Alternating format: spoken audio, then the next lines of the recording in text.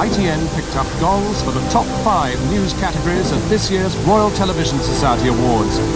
Now you can see why independent television news is indispensable television news.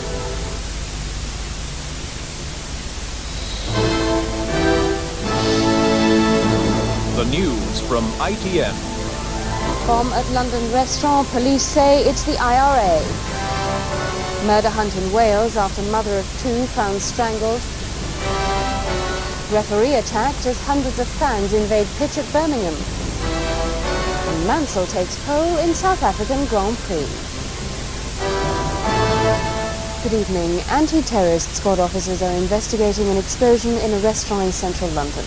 Police say it was caused by an IRA bomb and that they believe the target was the former officers of the Crown Prosecution Service. One woman is reported to have been slightly injured. The explosion happened just after 6:30 this evening inside the Burger King restaurant at the corner of High Holborn and Furnival Street. It follows yesterday's IRA bomb explosion at London Bridge Station. Within minutes of the blast, the police threw a security cordon around the area.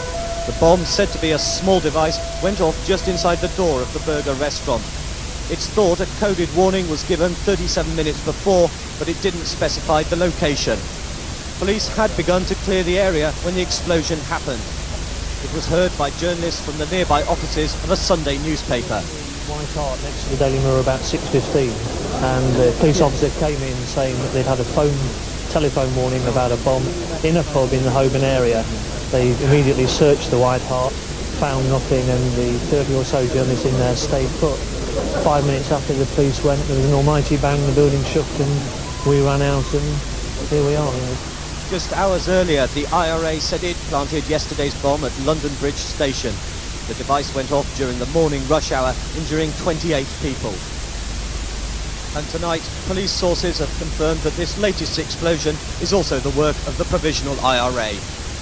As you join us now, a wide area around Holborn remains cordoned off. Bomb squad officers are at the scene. Police are searching for a possible second device.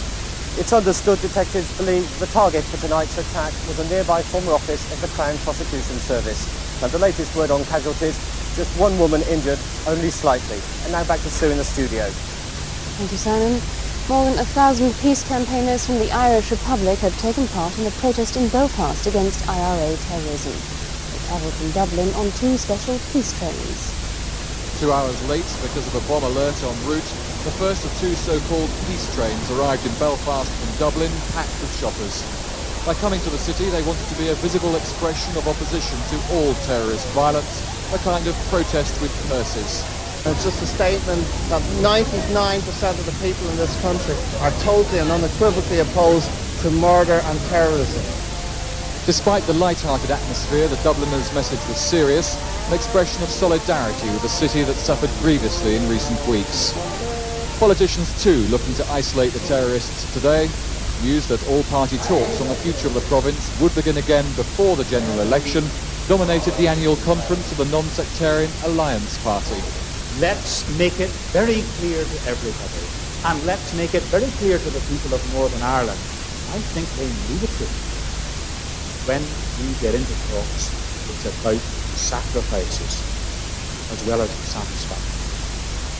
And at Stormont on Monday, Northern Ireland Secretary Peter Brook will meet party leaders to discuss how quickly the talks process can get going again.